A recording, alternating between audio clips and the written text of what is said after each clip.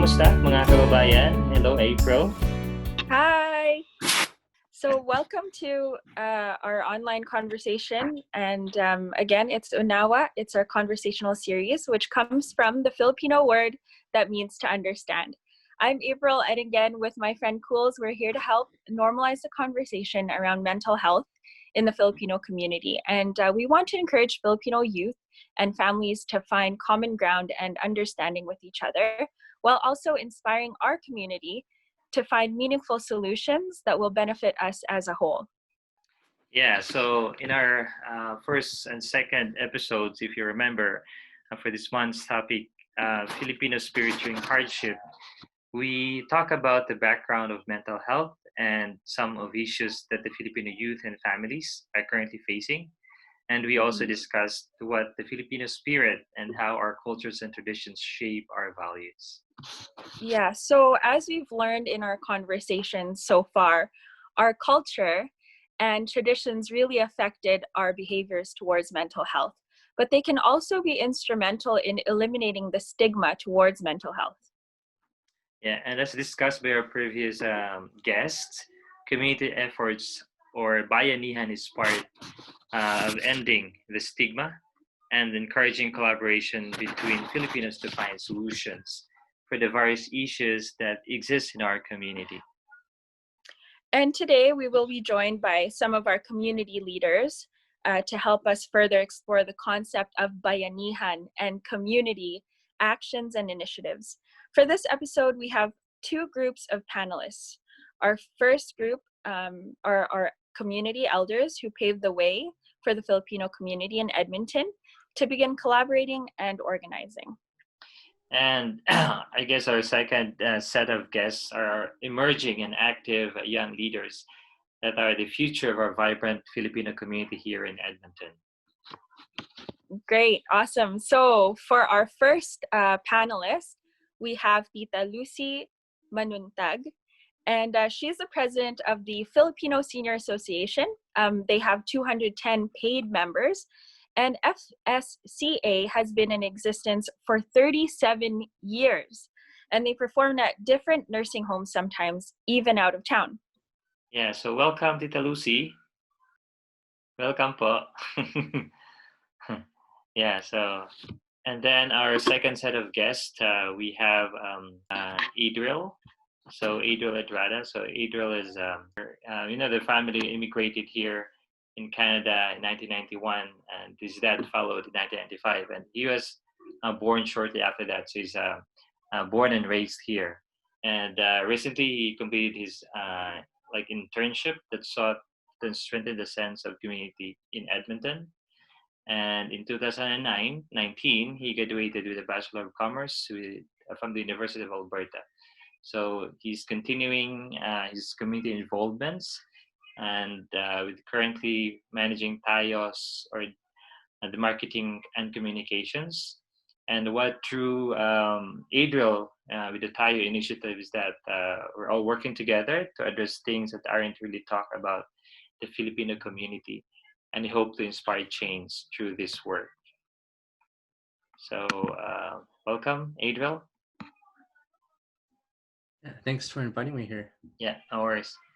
The next guest is Nicole Grano. She's her in the third year university at the U of A, and she's also the co-president of the University of Alberta Philippine Students Association, or PhilSA. Her family moved to Canada in 2007. She was 6 years old at that time, and now she spent more than half of her life in Canada. When they were here in the Philippines, she was raised in Parañaque, but her parents' roots are in Batangas. Now she reconnects with her Filipino heritage and get involved in as many Filipino groups as she can. Welcome, Nicole. Hello, thank you for inviting me. I'm so excited to chat today. All right. Okay, so our next guest is Francis, or we call him Panjo de Grano, and he came to Canada in October of 2000 when he was 13 years old. He's happily married to his beautiful wife Hazel and currently working as a machinist at Sherwood Park. He is also the current vice president of Heart of Yeg, a community group in Edmonton originally founded by their parents. Hi guys, thanks for having me here. Let's chat. And then we also have Kristina de Guzman. She is a creator whose experiences range from journalism, community engagement, and storytelling through art. She has worked as a freelance journalist for C Magazine and View Weekly, and as a host producer for CJSR FM 88.5's Rise Up Radio Free Edmonton. Her work has spanned the nonprofit sector and the arts, including with Schizophrenia Society of Edmonton, Edmonton Immigrant Services Association, Society of Alberta Occupational Therapists, Edmonton Arts Council, and Imagination Miscellany Artists Collective. Recently, she began her own digital media and communications business, M Squared Media, and is currently working with Paraiso Tropical Latin Food Market. Hi, Kristina. Hi. Sorry about that. Hello. That's Welcome. okay. We have also another one, the group called the United Filipino Youth Council. So she'll be joining us also today to speak about the initiatives of their group. So may I call on Mia Dingkung Mulintapang from the UFYC. Welcome, Mia. Hi guys, thanks for having me here. No worries. You're very much all welcome, and we are pretty much excited for our conversation. Okay, so welcome everyone to our virtual roundtable conversation. We'll go around and ask each of you to tell us about the organizations you're associated with and your initiatives within the Filipino community. Are there any projects you or your organization have done to support the community during this pandemic? And but can you give some specific details of your initiatives within the Filipino community, and if there's any initiatives that addresses issues of mental health and well-being among youth? All right. So we'll start with Tita Lucy, April. 'Cause, Okay. she's the elders among us here, right? So Tita Lucy, I'll just ask you, Tita Lucy. So your organization has been existence for I think 31 years, right? Yeah, we've Currently- been in existence for 37 years. Okay, that's great. So We have not done anything during this pandemic because everybody's so scared to go out. Mhm. Up to now, actually. We haven't even had any executive meetings or anything Mhm. because the thing is when we have our socialization at the Korean Center, there's the eating and there's the dancing and there's the singing, and we're not allowed to do any of that stuff, right? Mhm. And then at the first part of the pandemic, it was so hard to get any masks or any of that gloves or anything like, or even the hand sanitizer. So Mhm. everybody's just confined in their homes. So we try to call each other Mhm. and to find out how they're doing and everything. I hear a lot now because they thought it was only gonna be for 2 months, so 2 months is not bad, right? But Mhm. now it's longer, so people are complaining that they don't know now what to cook, they don't know now what to eat, they don't know how are they gonna go out, how are they like it's just a very minor complaints. But I try to encourage them to just go grocery shopping or just go driving in your mask or something like that, because a lot of like the casino has opened up. One couple went to the casino, and then when they got home, their kids brought them for COVID testing.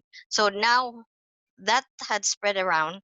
Now everybody's really scared to go to the casino. Yeah. So hopefully that by this Tuesday coming up, the 7th, we're gonna have our executive meeting, because before we we don't have a quorum, so there's no point in having it anyways. Mm-hmm. Yeah. But we have postponed quite a lot of our performances because even in August, I emailed the hospital there. Mm-hmm. We were invited to go perform, like, because we do an hour performance to these nursing homes and Right. Right. lodges and stuff. So everything is put on hold. All right. Yeah. Yeah. That's pretty understandable.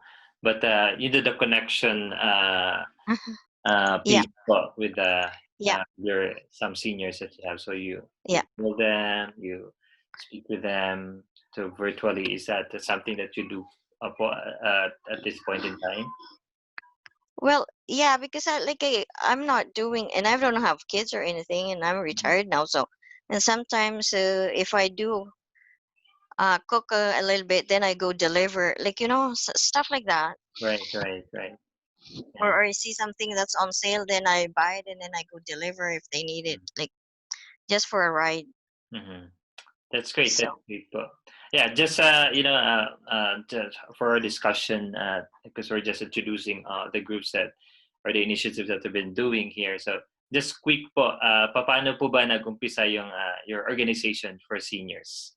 Like you're 37 years now. I remember them saying before that it started with 5 ladies Mm-hmm. when they first were here in Edmonton, because they didn't have any socialization or anything to do on Sundays. So that uh, the 5 ladies, all of them have passed away, has started this, and they were meeting at the home at somebody's house every every Sunday and stuff, and then it got bigger and bigger. That's great. That's great po. And right now you're as you said you're about like 200 members, right? Yeah, we have 210 paid members, but our active that comes to our celebration is about 120, because quite a few of them too are in nursing homes, or they don't have rides to come to the center, especially in wintertime. That's good for. Thank you for giving us some sort of history of your organization, and hopefully, well, if you're done with all of this pandemic, you can go back to your usual activities with the seniors. It's really really very helpful, especially to their well-being as well, and so with their families. All right. Thank you, Tita Lucy. That was so informative. It's nice to know that you're doing all of this for the seniors. And so I'd like to ask maybe Adriel to go and give us more information on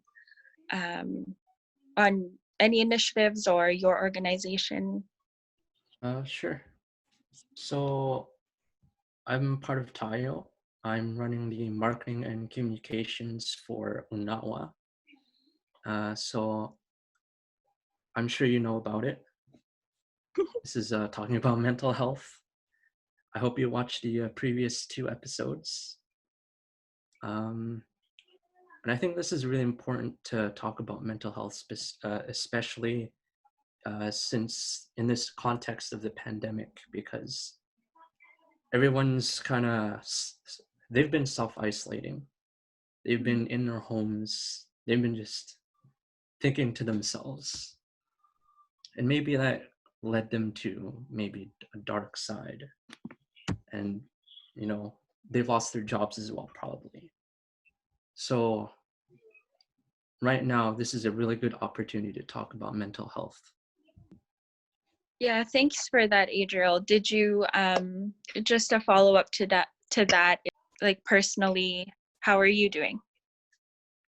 Personally, I've been doing okay. I've actually been studying Tagalog over the pandemic. So that was a good use of my time. That's awesome. Thank you so much for sharing. Yeah, you're welcome. Nicole, do Yeah. you want to take the next? Yeah. Sure. Thank you, Adriel. So something that you can do out of this pandemic, you're just at home. So maybe after this pandemic, me and Adriel will be talking in Tagalog. No? So yeah, so I'm just gonna ask maybe Nicole, because she's in one of our organizations here in Edmonton, or in a university or campus-based organization. So how did your organization? I mean, just a quick info lang. How did it organize in the school, and for you first personally, how do you become a part of it? So I became part of the Philippine Students Association at the U of A, just honestly on pure accident. One day I was just reading through scrolling through my Instagram, and it just came up in my feed. So it piqued my interest, and I decided to go to one of their events. And it was honestly life-changing, because it was a reintroduction to the culture that I had missed out on so much in my childhood. And being the co-president now is an incredible experience. So now I get to know more about our goals, as well as carry them out. So our goals are to organize events at the university and the greater Edmonton area that showcase the Philippine identity and culture, as well as establishing educational forums that discuss Philippine contemporary issues, and then organizing annual development programs that assist communities in the Philippines and locally here in Edmonton. So through the pandemic, we've been trying our best to kind of get our feet on the ground and help other people with that. So we've established a COVID-19 fundraiser to help communities in the Philippines. But one of our ongoing projects has been an Ate Kuya mentorship program through the university. And in this, what we find really depletes mental health is a lack of connection, not only like in your personal lives, but especially on a huge campus of over 40,000 students. It can be really easy to feel alienated. So this Ate Kuya mentorship program aims to ease the transition from high school into university, as well as being able to have someone to lean on, especially during tough times. So that's what we're doing at Philsa. Right, that's awesome. Thank you very much, Nicole. Yep. Let's do Panjo. Francis, can you give us a little bit about your organization and any projects during the pandemic? So I'm part of HOY, which stands for Heart of Yag. We used to be Taguig Association of Edmonton back in 2008. That's when they formed the group. Me and our parents formed the group, and then just 2 years ago we took over. So we changed it to a Heart of Yag, because most of our members now are not from Taguig, and we decided to help Edmonton and Philippines all together. Thank you, Panjo. All right, thank you again, Panja, for that. And I think we'll be doing a lot of initiatives, especially with the seniors right now, right?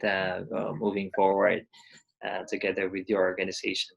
And yeah, so next I would, ask Kristina. So personally met Kristina, I think, not so sure, I think 1 year or 2 years ago. I'm not so sure. So we met in a first, it's a mental health first aid actually training. So yeah, she's she's the second generation Canadian.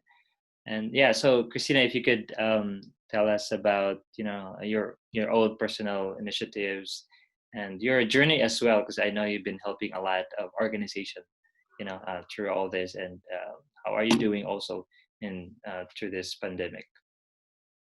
Yeah, so thanks everyone for having me here today.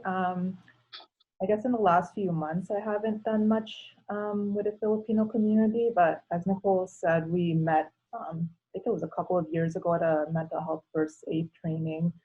And I'll personally share, I was working at the Edmonton Arts Council at the time, and I was doing like so many community projects, especially with multicultural communities and the artistic community. So we work with a lot of immigrant artists, visible minority artists, and giving them a platform to share their work. A handful of them included Filipinos too. But having done so much of that community work personally for me, and I think I was in the process of just not knowing quite what I wanted to do. I was basically in a period of burnout. So yeah, since then I've basically, decided to kind of jump off the cliff, leave my job. And I just recently, just as the pandemic started, I just actually recently started my own business, M Squared Media, which is digital media communications. So me and a couple of friends from the Mexican community, got a marketing project with Paradiso Tropical Latin Food Market. So I've been working more with the Latino community. But I think there's also a few similarities too in that, obviously with the Spanish influence in the Philippines, and even in the last year, I've been reading a lot about Filipino indigenous history and cultural practices. And I think there's some, I guess, keys of knowledge and wisdom there too, in regards to mental health, that I can chat about later. But yeah, over the pandemic, it's been mainly working on this marketing project. I have kind of balancing a few other jobs that are not really related to community work, more with teaching. But yeah, I've also just tried to keep in touch with family and friends whenever I can. Ironically enough, I've been so busy working, but just taking that time to talk to friends and family. And I actually have a close family member that's been dealing with mental health issues in the last couple of years. And I mean, she was born in the Philippines, but came here very young. And I think it's hard to pinpoint what those issues are, but feeling like family, especially like parents, don't understand their perspective, don't understand, issues of racism, just issues that even if you were born in the Philippines, if you grew up here, there's that cultural divide, right? So, yeah. All right, thank you very much, Kristina. We'll talk more about your initiatives later, about especially because you are an artist yourself too. So, during our previous conversation, Tita Ida was one of our guests, and just telling about how art could be a tool in addressing that mental health. So, but thank you for that. So I think for our last set of guests here, so Mia, so so maybe you could tell us more about your organization, and then and also how are you also coping at this time of pandemic? Hi everyone. Good afternoon. Sorry I'm late. I just came from a photo shoot. So we're from the United Filipino Youth Council. I'm the president. Current president, but soon enough we're having an election for this year. So we're composed of about 51 members, and our youngest is 3 years old. And our eldest is 40 years old. That's me. Yeah. So we have to cope up with the pandemic. We have a mentorship program. We do Zoom session as well. United Filipino Youth Council is also trending.ph. We're a media production outfit here in Edmonton. We did the grand opening for Jollibee, Potato Corner, and on the soon enough on July 14 and 16, we're launching Seafood City in Edmonton. Part of our group that, of course, kids are not so into staying at home and just doing their online thing. So as their mentor, I encourage them to learn Tagalog. I always we have trending.ph kids, and they're hosting some of our gigs, some of our events. They're doing a great job. Even the school played the video, and one of the youngest hosts was called Jollibee Boy in school. And from the time that I started training them, they don't know how to speak Tagalog at all. They don't know how to bless, not even say po or opo or salamat. But I'm proud to say that one of our youngest hosts is now very fluent in Tagalog. Um, Part of having the trending.ph kids and United Filipino Youth Council, we also discussed this with parents that we have to inculcate the culture that we have back home. Doesn't necessarily mean that they could be 100% Filipino, because a lot of them are coconuts. Like that's what they say, like the brown outside, white inside thing. But the basic are, thank you, I love you, please, and sorry. Tips. That's always a must. Salamat po, mahal kita. Pwede po ba makikiusap, and sorry. Po at opo, magmano pagdating sa bahay. Some of them are really getting bored, so instead of them playing with their computer or into gaming, a lot of them are hooked into Fortnite. They got this Mobile Legends and Coin Masters. I encourage them to creative writing. Creative writing that one of them could be segment producer, one could host, one could do the thing for creative writing, even technical. So by the time that the mentors are all gone, then the legacy continues for United Filipino Youth Council. Personally, I've just been staying here in the house for the past 3 months. I'm also a member of Philippine Business Society of Alberta. I'm a global marketing director for Fly Friendly Travel. But I refuse to go out, and I'm supposed to be part of that drive for Cargill. But since my immune system is not so good, then I wouldn't risk at all. And especially that sometimes I'm in touch with the youth members. What I can only do for the community is recently I helped out some undocumented temporary foreign workers, and we already sent one who has cancer. She's been here for 15 years, and she has cancer of the uterus.